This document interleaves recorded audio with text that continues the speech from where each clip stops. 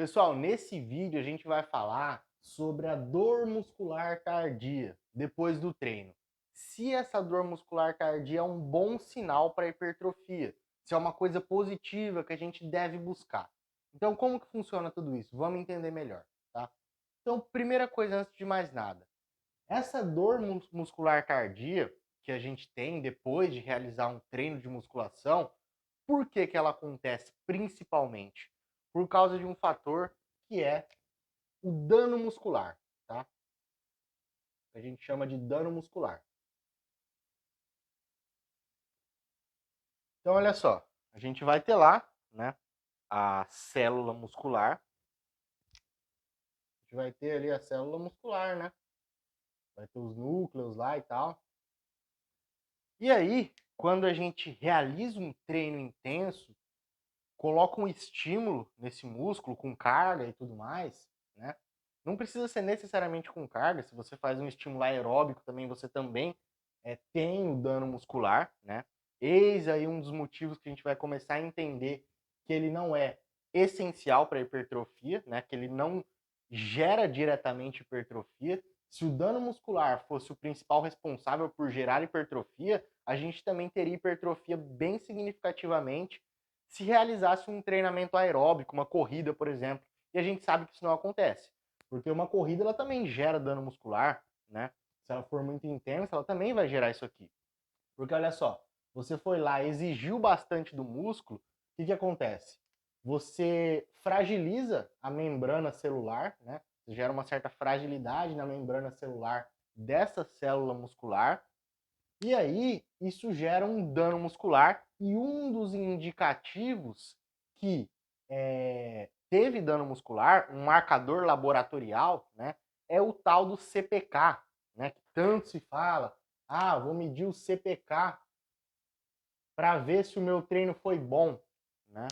Então, o CPK, que é a creatinofosfoquinase, nada mais é do que uma enzima, né, que ela fica dentro da célula e ela catalisa a troca de fosfato entre o ADP, né, e a fosfocreatina, né? Então, a gente tem que lembrar lá da ressíntese de ATP, né, que a gente tem lá a molécula de ATP.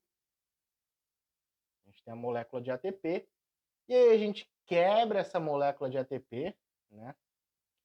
E aí a gente vai ter a utilização dele para como forma de energia e vai sobrar o ADP, né? E aí esse ADP, para ele voltar a ser ATP, né? Para ele voltar a ser ATP e ser utilizado como fonte de energia para contração muscular novamente, ele precisa receber um fosfato. E ele recebe esse fosfato da fosfocreatina, né? Da tal fosfocreatina, que vai lá e doa um fosfato para o ADP. Fosfocreatina. Inclusive, a creatina, ela aumenta os estoques justamente de fosfocreatina. E aí, se você tem mais fosfocreatina, você consegue doar mais fosfato para o ADP e fazer mais ressíntese de ATP, né? Porque esse processo aqui, ó, ele chama ressíntese de ATP.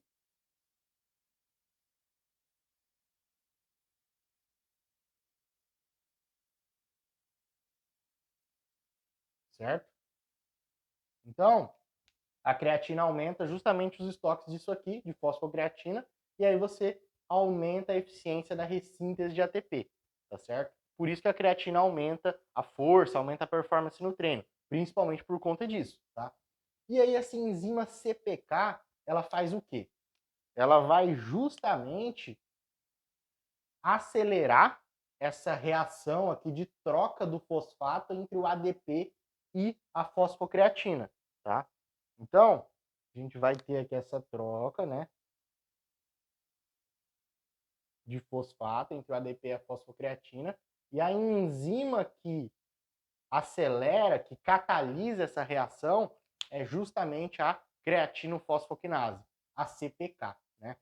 Então, consequentemente, Se a gente tem um exercício muito intenso que exige bastante, né, utilização de energia e tudo mais, a gente vai ter o quê? Um aumento da CPK, um aumento da atividade da CPK dentro da célula.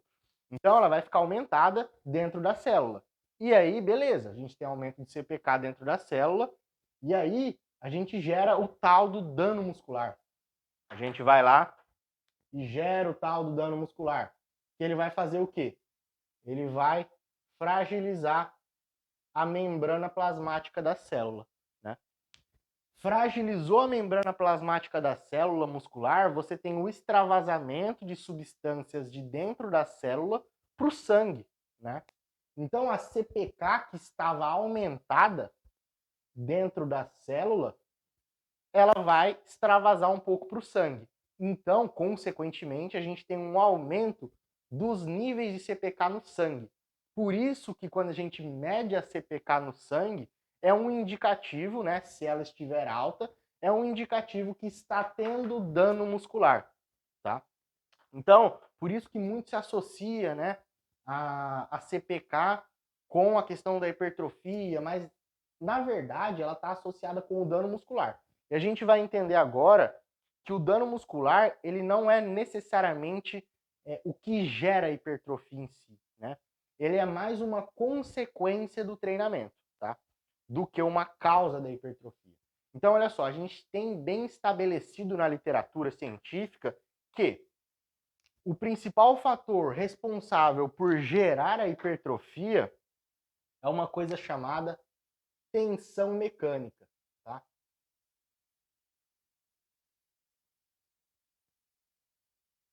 Então, a tensão mecânica ali gerada na fibra muscular pela carga, né?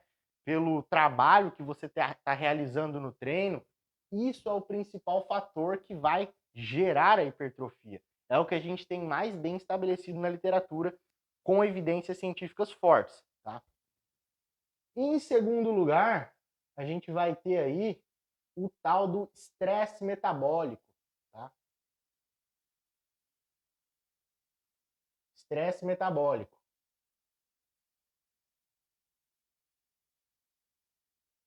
que também vai ser um fator que gera hipertrofia. A gente também tem evidências que mostram que o estresse metabólico ele é também responsável por gerar hipertrofia. O principal exemplo que a gente tem disso que mostra, né, que o estresse metabólico ele pode ser uma causa direta que contribui bastante para a hipertrofia, é a questão do treinamento de restrição de fluxo, né?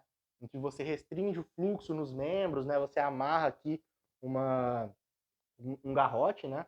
Um elástico e tal, e você restringe o fluxo e você faz o treinamento, né? Com baixas cargas, porque justamente baixas cargas não gera tensão mecânica significativamente. Então, o principal ponto que se teria ali seria o estresse metabólico, né? Pelo acúmulo ali é, de substâncias que vão gerar o tal do estresse metabólico. E esses estudos que utilizaram esse método de restrição de fluxo mostraram que houve hipertrofia, né? Então, justamente por conta das baixas cargas que eles utilizam nesse estudo e não ter tensão mecânica, né? Acaba sobrando como o responsável pela hipertrofia nesses estudos o estresse metabólico, né? Tem um pouco menos de evidência do que a tensão mecânica. A tensão mecânica acaba sendo um dos principais pontos responsáveis pela hipertrofia, principalmente pensando a longo prazo, né? E também pensando em todas as adaptações positivas que a tensão mecânica tende a gerar, principalmente nos tendões, né? Então você tem um aumento ali da rigidez dos tendões, uma adaptação positiva que pode diminuir o risco de lesões, né? Então, trabalhar com cargas mais altas, priorizando a tensão mecânica, pode ser uma ideia melhor pensando na hipertrofia a longo prazo, né? Priorizar o estresse metabólico pode ser uma questão que vai gerar mais fadiga do sistema nervoso central, pensando a longo prazo.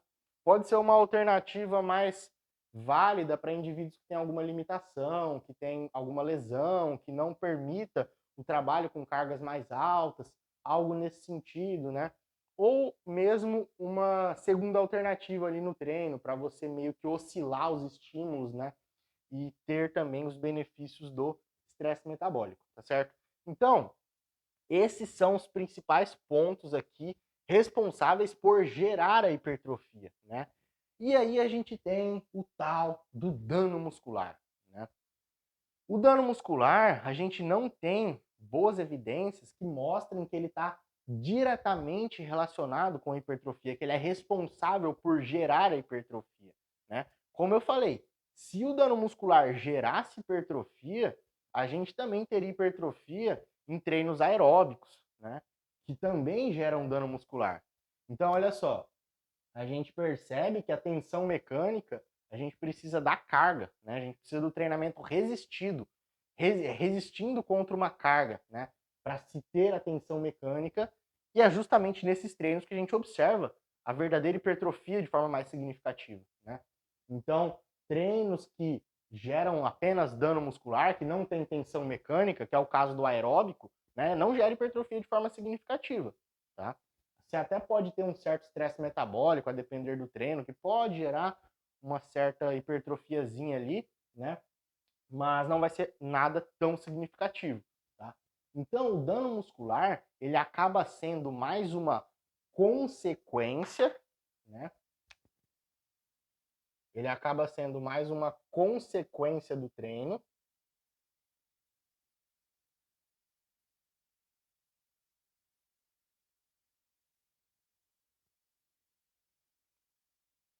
do que uma causa da hipertrofia.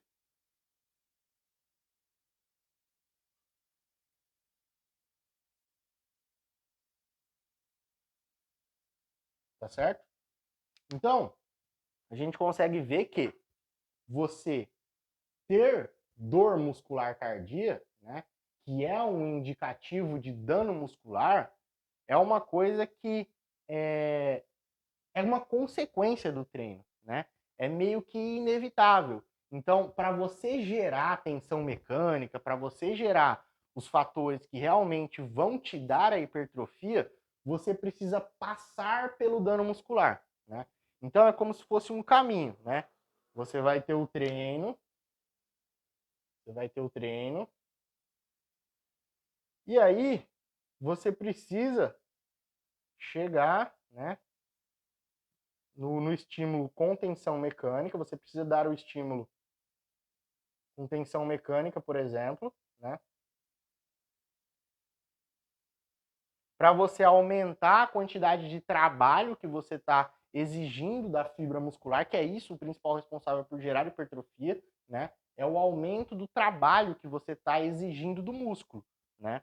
E isso você aumenta principalmente progredindo cargas, progredindo quantidade de séries, né? E sempre se mantendo no intervalo de repetições mais baixo, né? Então, mais ou menos ali de 5 a 15 repetições aproximadamente, é o que os estudos mostram aí que você tem uma otimização da hipertrofia, né? Então você tem que aumentar esse trabalho, né, que está sendo exigido do músculo através do aumento de cargas e de séries, mantendo uma zona de repetições mais baixa para você gerar hipertrofia, tá? Então você treina para gerar tensão mecânica para gerar a hipertrofia, tá?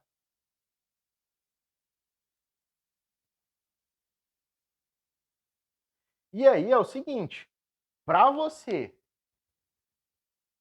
passar por todos esses processos, né, você inevitavelmente vai gerar o dano muscular, né? Então, ó, o dano muscular ele está aqui no meio, ele faz parte do caminho, né?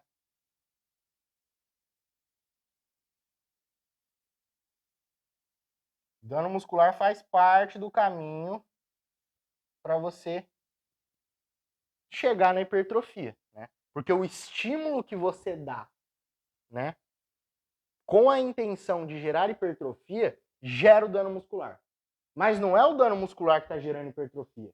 Ele é apenas uma consequência do que você precisou fazer para gerar hipertrofia. Entendeu? Então, se a gente vai lá, por exemplo, medir os níveis de CPK, né? Não necessariamente eles estando mais aumentados significa que o treino foi melhor. Porque olha só, a gente também tem a questão do seguinte, né?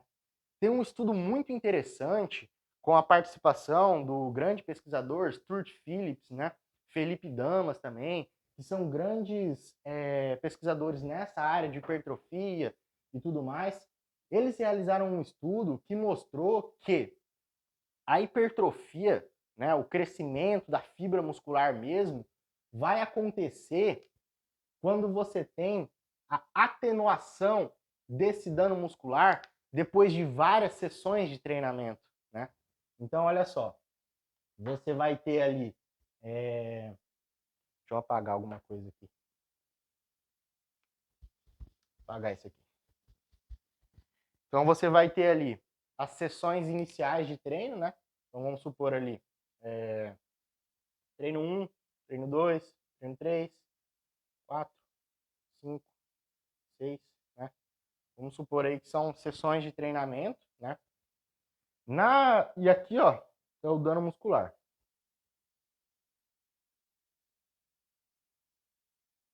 Vou fazer um gráficozinho aqui. Beleza.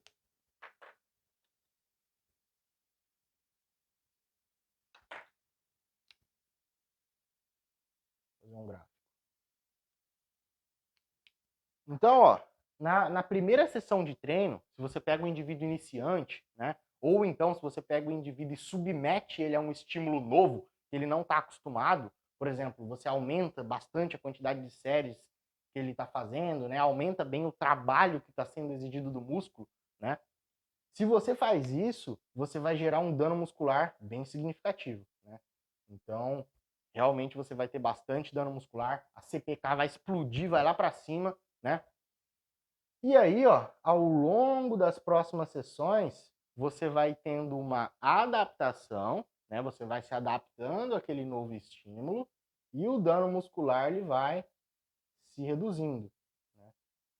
Ele vai tendendo a reduzir cada vez mais se você mantém mais ou menos ali um trabalho semelhante que você está exigindo do músculo, né? E aí, o que acontece?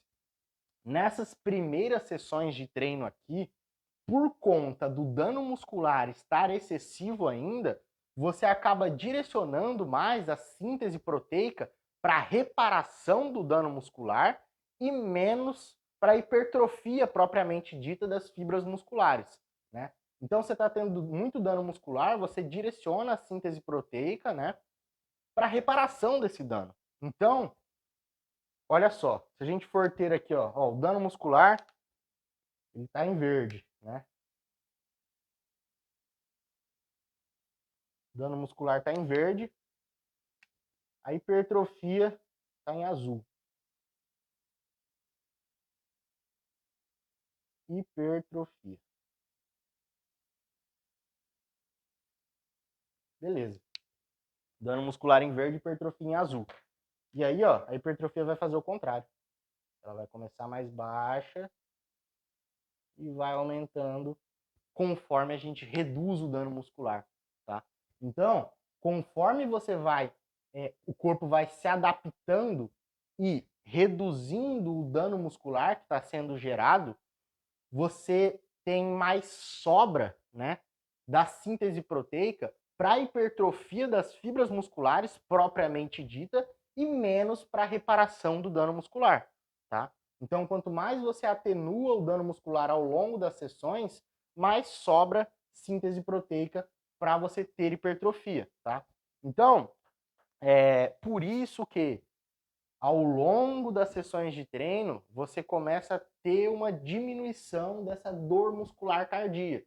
Então, quando você está começando, você tem muita dor muscular tardia, né? E como eu falei, isso faz parte do processo, não tem como você pular essa etapa, né? Você precisa dessa dor muscular tardia para que o corpo gere adaptações, para que você diminua esse dano muscular, né? Para que você fique mais resistente a ele e, consequentemente, você vai gerando mais hipertrofia ao longo do tempo, né? Então, você até tem uma certa hipertrofia nesse comecinho, né?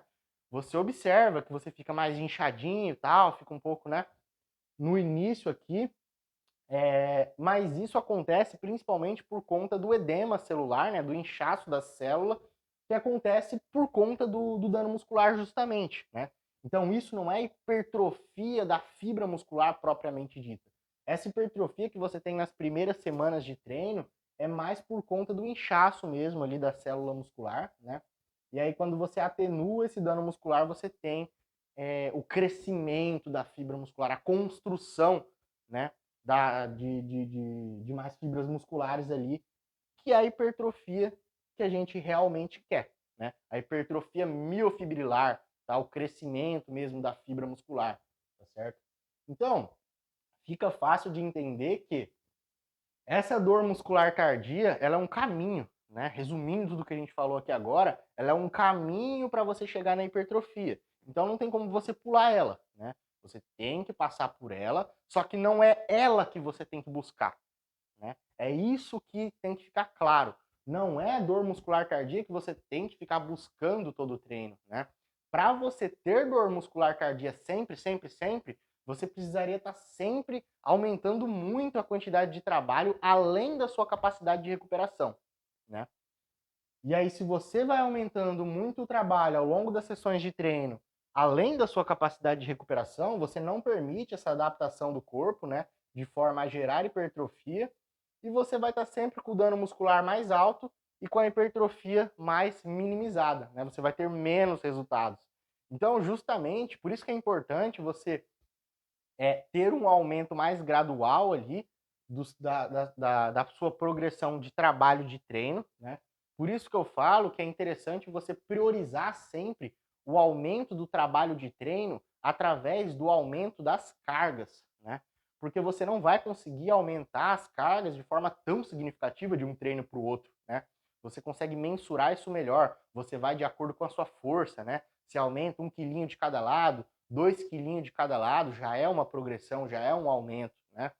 Agora, se você vai aumentando séries, né, você perde um pouco essa noção, você perde os parâmetros, né? Porque você não sabe até que ponto você pode aumentar mais as séries de forma a não extrapolar a sua capacidade de recuperação e acabar gerando mais dano muscular do que o necessário, que vai atrapalhar os seus resultados de hipertrofia, né? Então, por isso que é importante você manter uma certa quantidade de séries baixa para um iniciante, por exemplo, né? E priorizar sempre o aumento de cargas, colocar bem pouquinha série para ele fazer e priorizar que ele progrida as cargas, né? Dessa forma, ele gera essa adaptação mais rápida, né? Ele vai ter essa atenuação do dano muscular progressivamente e vai tendo mais hipertrofia ao longo do tempo e tendo mais resultado, né? Então, basicamente é essa a visão que eu queria passar para vocês nesse vídeo, né? Resumindo aí tudo que eu falei, como eu já expliquei, a dor muscular tardia, ela vai ser um caminho que você percorre, né? Que você inevitavelmente precisa passar por ele, mas que você não deve estar buscando ela sempre, né? Ela vai a hipertrofia vai acontecer quando você tem a atenuação desse dano muscular, a atenuação dessa dor muscular tardia, né? Então, ao longo das sessões de treino, você para de sentir tanta dor muscular tardia e beleza, né? Tá tudo certo. Isso aí, inclusive a CPK, ela também não vai ficar explodida, aumentada o tempo todo, né? Ela vai dar uma controlada e é aí que você começa a ter hipertrofia de forma mais significativa. Claro que vai chegar num ponto, né, que você vai estar tão bem adaptado, né? Você vai ter tão pouco dano muscular ali que você vai precisar de outras estratégias para aumentar o trabalho. Você vai precisar aumentar a quantidade de séries, por exemplo, né? Ou outra coisa também que é interessante para você conseguir retornar e ter mais resposta com menos, né? Ou seja, olha só, você sempre vai precisar estar aumentando o trabalho para ter mais hipertrofia, né? Só que vai chegar um ponto que você vai precisar aumentar muito o trabalho, vai estar fazendo muita série, muita coisa, né? E vai se tornar inviável, né? E aí o que você faz para voltar a responder mais com menos? Você faz um período de destreinamento, que é o que a gente chama de treino regenerativo ou deload, né? Ele tem várias funções, né? Uma das funções do deload, do período regenerativo, é fazer com que o músculo fique mais responsivo com menos novamente, né? Então você passa por esse período de treino regenerativo em que você vai reduzir bem o trabalho que você está exigindo do músculo, né? E dessa forma, quando você retornar ao seu treino normal de novo, você não precisa estar com uma quantidade de séries tão alta quanto você estava. Você pode voltar com menos séries, e você vai ter uma resposta melhor, você vai voltar meio que desse início de novo, né? Vai gerar bastante dano muscular, vai gerando adaptações, e também você vai ter mais força, né, por conta das adaptações neurais geradas ao longo do tempo, enfim, tá? Então é mais ou menos essa visão que eu queria passar para vocês, que a dor muscular tardia não é uma coisa que a gente tem que estar buscando sempre, né? É mais uma consequência do treinamento, a gente tem que focar mais nas variáveis que realmente são importantes para a hipertrofia, que é principalmente a tensão mecânica, o aumento do trabalho de treino ao longo das sessões. É isso que vai te dar hipertrofia, e não a dor muscular tardia, tá certo? Então, se esse conteúdo te agregou, deixa aí a sua curtida, né? Deixa aí o seu feedback, comenta. Compartilhe esse vídeo com alguém que possa se beneficiar desse conhecimento e até um próximo vídeo.